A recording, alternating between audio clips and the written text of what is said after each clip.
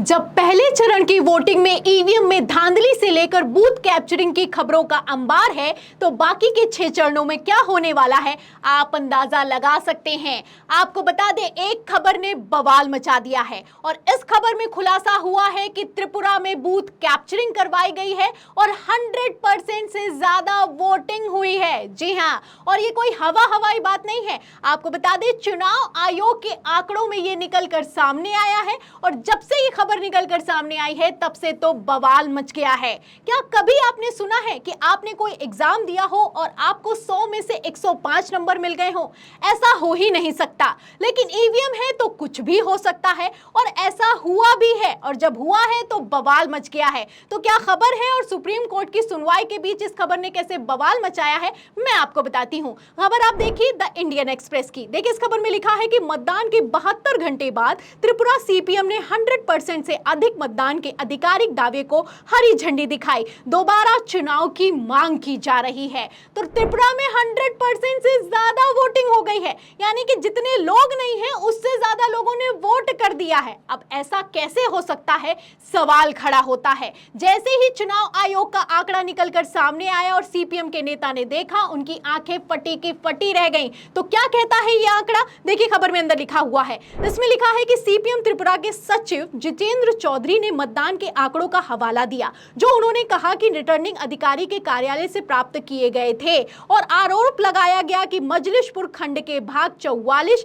खेरपुर खंड के 25 भाग और 44 और मोहनपुर खंड के भाग 38 में मतदान हुआ। क्रमशः 105.30%, 100.15%, 98.80% और 109.09% दर्ज किया गया है। तो आप देख सकते हैं, इसमें 4 में से 3 जगह 100% से ज्यादा मतदान हो गया है।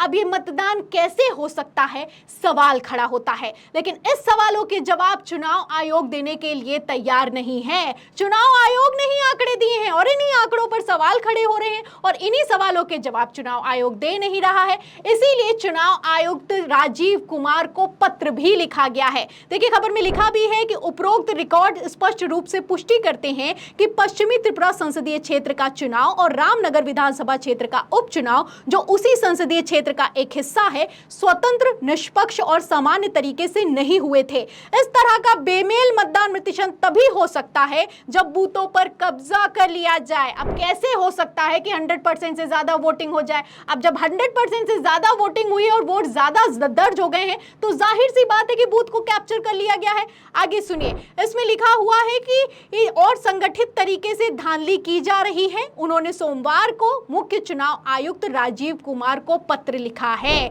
तो पत्र उत्तर प्रदेश में भी लिखा गया और त्रिपुरा में भी लिखा गया। वोटिंग के दौरान आप जानते हैं कि उत्तर प्रदेश के मुजफ्फरनगर से खबर निकलकर सामने आई कि बूथ कैप्चरिंग करवाई जा रही है और सपा प्रत्याशी हरेंद्र सिंह मलिक ने चुनाव आयोग को पत्र लिखते हुए कहा कि आप यहां पर पैरामिलिट्री फोर्स भेजिए, क्योंकि अगर आप फोर्स नहीं भेजेंगे तो स्वतंत्र और निष्पक्ष चुनाव नहीं करवाया जा सकता है। तब भी चुनाव आयोग का कोई जवाब नहीं निकलकर सामने आया और अब खुद ही के आंकड़ों पर भी चुनाव आयोग जवाब देने के लिए तैयार नहीं है। तो खुलासा कितना बड़ा हुआ है और ये खुलासा कैसे हुआ है, वो भी मैं आपको बताती हूं। खबर आप देखिए टाइम्स नाउ की। देखिए, इसमें लिखा है कि इस बीच चौधरी ने स्पष्ट किया है कि ये जानकारी रिटर्निंग अधिकारी के कार्यालय द्वारा उनकी पार्टी को प्रदान की गई है। तो रिटर्निंग ऑफिसर ने ये जानकारी दी है, ये आंकड़ा दिया है कि 100% से ज्यादा मतदान हुआ है। आगे इसमें लिखा है कि मतदान केंद्र विशिष्ट मतदान रिपोर्ट से प्राप्त की गई है। हालांकि ये डेटा जो रिटर्निंग ऑफिसर को पीठासीन अधिकारी की रिपोर्ट को दर्शाता है,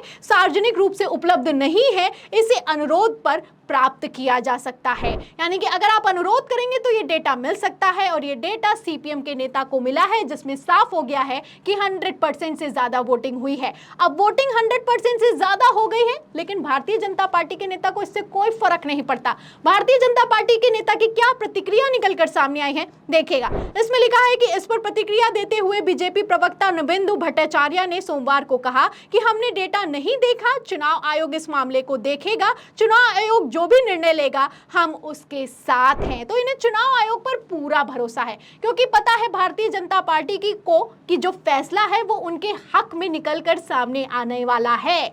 अगर त्रिपुरा की बात की जाए तो यहाँ पर जो सबसे बड़ा इनकी स्कीम है सीए, इसको लेकर जबरदस्त विरोध प्रदर्शन किया जा रहा है। ऐसे हालातों में सीटें फंसती हुई नजर आ रही हैं, और जब सीटें फंसती हुई नजर आ रही हैं तो आप देख सकते हैं कि किस तरीके से कथित तौर पर धड़ल्ले से धांधली की जा रही है। 100% से ज्यादा वोटिंग कराई जा रही है। एक तरफ सुप्रीम कोर्ट में सुनवाई चल रही है कि ईवीएम और वीवीपैट की पर्चियों का 100% मिलान कर दिया जाए।